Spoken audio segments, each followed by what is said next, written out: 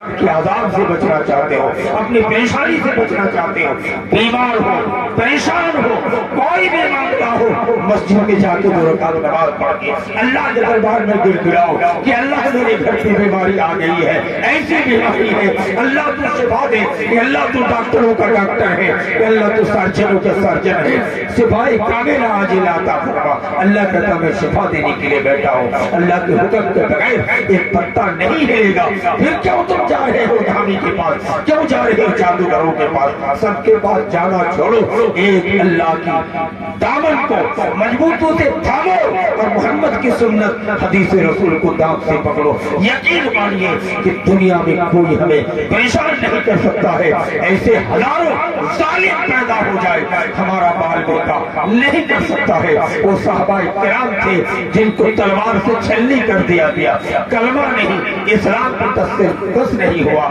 وہ بلال تھے، سینے پہ پتھر رکھا گیا، سجا دیا گیا، اللہ کو نہیں چھوڑا۔ وہ عبداللہ بن حذیفہ تھے، گرم تیلوں پہ ڈالا گیا، پھر بھی اسلام کو چھوڑا نہیں۔ وہ خبیب تھے، وہ خباب بن عرب تھے کہ پھانسی میں چڑھایا گیا، پھر بھی مسکرا کے دنیا سے چلے۔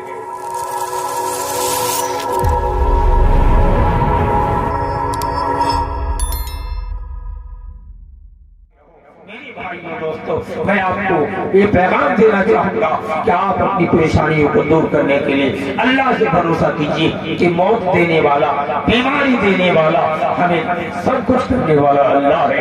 حدیث رسول میں لکھا ہے کہ اللہ کے رسول نے فرمایا آسمان زمین پیدا کرنے سے 50,000 سال پہلے اللہ نے ہر ایک کی قسمت لکھ دیا ہے۔ اگر قسمت میں ایمان نہیں رکھتے ہو تو تم کافر ہو جاؤ گے۔ قسمت کیا لکھا ہے؟ پہلے اللہ نے دنیا میں قلم پیدا کیا، قلم سے کہا لکھو، کہا کیا لکھو؟ کہا کائنات میں تک ہونے والی قسمت کو لکھ دو۔ اللہ نے لکھ دیا ہے کہ عبدالستار ہے، پہلے غریب تھا، پہلے فقیر تھا، لیکن اچانک ارب پتی ہو جائے گا۔ اللہ نے اگر لکھا وہ ہو کے رہے گا۔ اللہ نے دوسرے کا لکھا ہے کہ عبدالرحمان ہے، یہ دکان کرے گا گھر بنیلی بازار میں، کامیاب نہیں ہوگا، کرے گا پورنیہ قصبہ میں نہیں کامیاب ہوگا، پورنیہ شہر میں کرے گا کامیاب نہیں ہوگا، سعودی عرب جائے گا کامیاب نہیں ہوگا۔ رب کہتا ہے یہ ہم نے لکھ رکھا ہے، یہ ان کا کرشمہ نہیں ہے۔ آپ کہتے ہیں ان کا یاترا خراب ہے، کہیں ان کو وردھی نہیں ہو رہی ہے۔ اللہ کہتا ہے وردھی ان کی نہیں، یہ ہم نے مقدر پہ لکھ رکھا ہے۔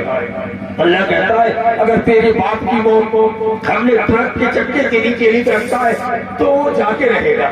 ہر دن اچھا ڈرائیور جائے گا لیکن اس دن انٹرینڈ ڈرائیور جائے گا۔ لوگ گالی دیتا ہے کہ روز بڑھیا ڈرائیور جاتا ہے، اس کو ٹھیک سے موٹر سائیکل چلانے آتا نہیں ہے، گیا گڑبڑیلی ہائی وے میں روڈ کی چکی کے نیچے اپنے باپ کو کچل کے آ گیا۔ حالانکہ کہنا غلط ہے، گناہ ہے۔ اللہ کہتا ہے یہ گیا نہیں تھا، رب کی طرف سے فیصلہ تھا۔ آسمان زمین پیدا کرنے سے 50,000 سال پہلے جو اللہ نے فیصلہ کیا ہوا ہے، پھر بھی ہم اس قسمت پہ صبر نہیں کر رہے، اللہ پر بھروسہ نہیں کر رہے ہیں۔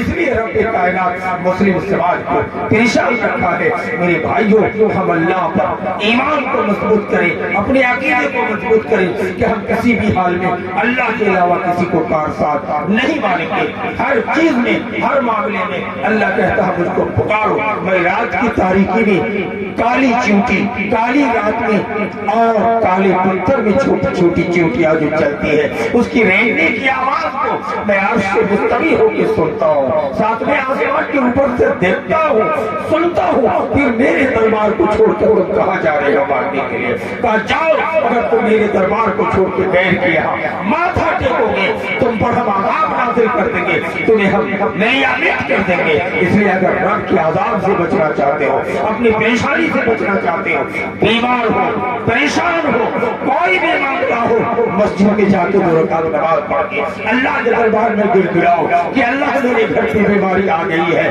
ایسی بیماری ہے، اللہ تو شفا دے، کہ اللہ تو ڈاکٹروں کا ڈاکٹر ہے، کہ اللہ تو سرجنوں کا سرجن ہے، شفائے کاملہ عاجلہ عطا فرما۔ اللہ کہتا میں شفا دینے کے لیے بیٹھا ہوں، اللہ کے حکم کے بغیر ایک پتا نہیں ہلے گا۔ پھر کیوں تم جا رہے ہو دھامی کے پاس، کیوں جا رہے ہو جادوگروں کے پاس؟ سب کے پاس جانا جانا چھوڑو, ایک اللہ کی دامن کو مضبوطوں سے تھامو اور محمد کی سنت حدیث رسول کو دام سے پکڑو. یقین مانیے کہ دنیا میں کوئی ہمیں پریشان نہیں کر سکتا ہے.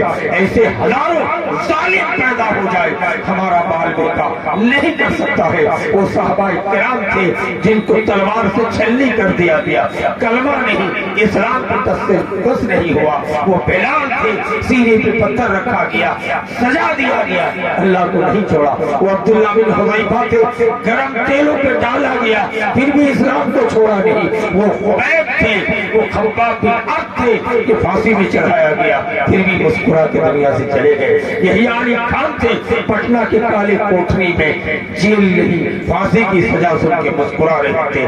وہ مولانا محمد علی منگیری تھے, وہ ہندوستان کے باہر بڑے بڑے امام تھے جنہوں نے ایمان کو مضبوط کیا تھا, پریشان نہیں ہوئے. علامہ ناصر الدین البانی کا نام لیے بغیر مولوی جی نہیں سکتا ہے.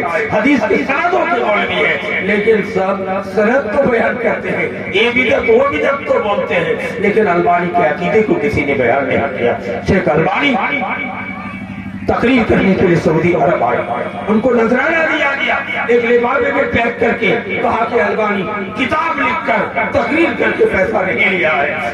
سمجھ لو البانی کوئی مالدار آدمی نہیں ہے, ایک غریب آدمی ہے, متوسط گھرانے کی ہے, لیکن البانی نے پیسہ نہیں لیا ہے. آپ بھول گئے عرب کے مفتی اعظم شیخ صالح حسینی کے گھر میں آج بھی کھجور کے پتے سے چائے بنایا جاتا ہے. پوری دنیا کو سعودی نے بھیگ دیا ہے.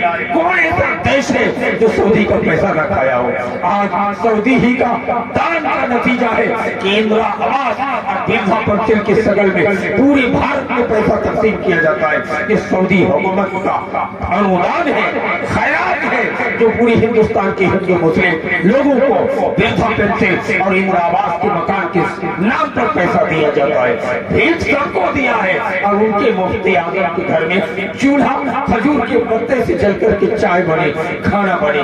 شیخ عبدالعزیز بن عبداللہ نے بات زندگی میں لا نہیں بولے, پوری دنیا کو پیسہ دینے کا کام کیا ہے. میرے بھائی, ہندوستان کے اہل حدیث کے بڑے عالم علامہ سید نذیر حسین محدث دہلوی 4 گھنٹہ کولی کا کام کرتے تھے, کرتا پاجامہ لال رنگ کا پہن کر کے. ایک عالم دین ہے, حلال غذا کھانے کے لیے کولی کا کام کیا تھا, کبھی پریشان نہیں ہوئے. نواب صدیق حسن خان بھوپالی پردیش کی راجدھانی کے رہنے والے بڑے عالم جماعت اہل حدیث کے درجی گیری کرتے تھے. قوم کی امانت کا کروڑوں روپیہ تھا, ٹچ نہیں کیا. اپنے بیٹوں کو کھلانے کے لیے, اپنے بچوں کو کھلانے کے لیے درجی گیری کا کام کیا. شیخ الاسلام سلام اللہ امرتسری شیر پنجاب تھے, جوتا پھٹ جائے تو موچی کا کام کرتے تھے. آپ کہیں گے چمار کا کام ہے, موچی کا کام. شیخ الاسلام مولانا سلام اللہ امرتسری جمعیت اہل حدیث کا پہلا جنرل سیکرٹری کیا ہے, پریشان نہیں ہوا ہے, دولت کے خاطر ایمان کو کبھی ضائع ہونے نہیں دیا ہے. آخری حدیث بول کے بات ختم کرتا ہوں. امام کائنات نے فرمایا قرب قیامت میں معمولی دنیا کے بدلے میں یہ علماء بھی اپنے ایمان کو بیچ ڈالے گا, اور جب پبلک 100% گمراہ ہو جائے گا تو 70% مولوی بھی بیمار ہو جائیں گے. ایمان سب کا خراب ہوگا, جیسا دیش ہوگا ویسا بھیس ہوگا. حضرت عبداللہ نے کہا کہ جب مسلمان پریشان ہوں گے دولت کی کمی ہوگی, کہا نہیں, حضرت موت سے سونے کا پہاڑ نکلے گا, لیکن عبداللہ جب سونے کا پہاڑ نکلے گا تو ایک رتی بھی ڈالے گا. وہ قیامت جہنم کی آگ ہوگی, جگہ جگہ پہ سونے کا پہاڑ نکلنے والا ہے. دوسری حدیث میں ہے عبداللہ بن مسعود نے کہا کہ اللہ کے رسول ایک کٹھا میں پیداوار کتنا ہوگا؟ نبی نے فرمایا قرب قیامت میں ایک کٹھے میں 40 من کا اناج قرب قیامت میں ہوگے گا. کہا ایک دانہ اتنا بڑا ہوگا کہ اس کو کاٹ کے دانہ نکال لے گا, ان کی کھپڑی سے ایک روم تیار ہو جائے گا. میرے بھائی, یہ نبی کی پیشی گویاں ہیں. نبی نے فرمایا تھا کہ انتلد الامۃ ربتہا, قیامت کی نشانی بتایا, اور کہا قرب قیامت میں ایسا آدمی جن کو کل تک چپل میسر نہیں تھا, جوتا میسر نہیں تھا, وہ بڑی بڑی بلڈنگ بنا کر فخر کریں گے. اللہ تعالیٰ سے دعا ہے رب العالمین ہم کو پریشانی سے بچائے. ہم مسلمان اگر پریشانی سے بچنا چاہتے ہیں, پریشان نہیں ہونا ہونا چاہتے ہیں اللہ پر بھروسہ کیجیے، ہر وقت شکریہ ادا کیجیے کہ اللہ نے جس حال پہ رکھے یہ اللہ کا بہت بڑا شکر ہے۔ ہم غریب ہیں، ہم فقیر ہیں، جس استھتی میں اللہ نے رکھا ہے ہم بہت اچھا ہے، یہ اللہ کا شکریہ ادا کریں۔